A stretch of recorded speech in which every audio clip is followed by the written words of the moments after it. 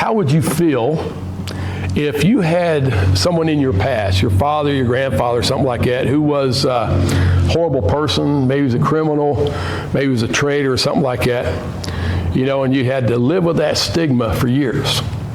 But later you found out that wasn't true. As a matter of fact, not only was he not a traitor or criminal, he was a hero. How would you feel about that? What would you want to do? You would want to tell all the world the truth, wouldn't you? Well, we've heard manifold slanders against our founding fathers in the last 50, 60 years. And I've heard quite a bit when I was in school, things I heard about them. But we are told our founding fathers are atheists, agnostics, and deists. But nothing can be further from the truth.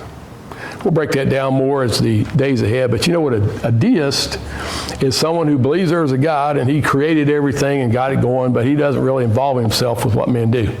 He could care less, go shoot each other. I don't care because I'm tending to my, universe up here. That's a deist. And I want you to know that our founding fathers were flawed, yet they were God-fearing, Bible-believing men. And I'm going to share something with you here today. Now, one person that's usually brought up as being a deist is your first president, George Washington. They used to say he was first in war, first in peace, and first in the hearts of his countrymen. Now, I want to share with you these words from a so-called deist. In 1779, he gave a speech to the Native American tribe of Delaware, and he said this in that speech, quote, "You would do well to wish to learn our arts and ways of life, and above all, the religion of Jesus Christ. These will make you a greater and happier people than you are," unquote. Sounds like a deist to you? Not in my book. So something else I want to share with you, some things of, like I said, I call myself a patriot. Hopefully you do as well. So he gave general orders in 1778. This was during the War of Independence. In his general orders, he said this, quote, "While we are zealously performing the duties of good citizens and soldiers, we certainly ought not to be inattentive to the higher duties of religion. To the distinguished character of patriot, it should be our highest glory to add the more distinguished character of Christian," unquote. And then in 1796, he had served his term as president, and he wanted to retire and go work on his farm and do whatever the thing he does with trees.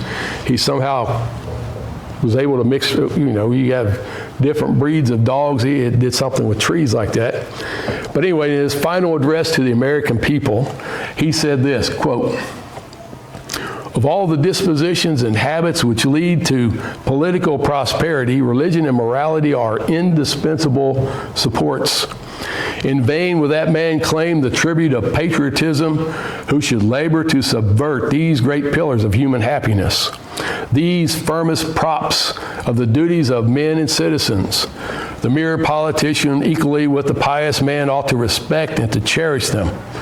A volume could not trace all their connections with private and public felicity. Let it simply be asked, where is the security for property, for reputation, for life, if the sense of religious obligation, desert of oaths, which are the instruments of investigation in the courts of justice? And let us with caution indulge the supposition that morality can be maintained without religion. Whatever may be conceded to the influence of refined education on the minds of a peculiar nation, peculiar structure, reason and experience would both forbid us to expect that national morality can prevail in exclusion of religious principle," unquote. And that was his farewell address to the American people. He says, number one, don't call yourself a patriot if you're not going to call yourself a Christian. Don't call yourself a patriot if you would seek to undermine religion and morality. Well, it doesn't sound like the words of a deist to me, if it does to you. Thank you. That's our snapshot of American history. Brother Daniel, what do you got?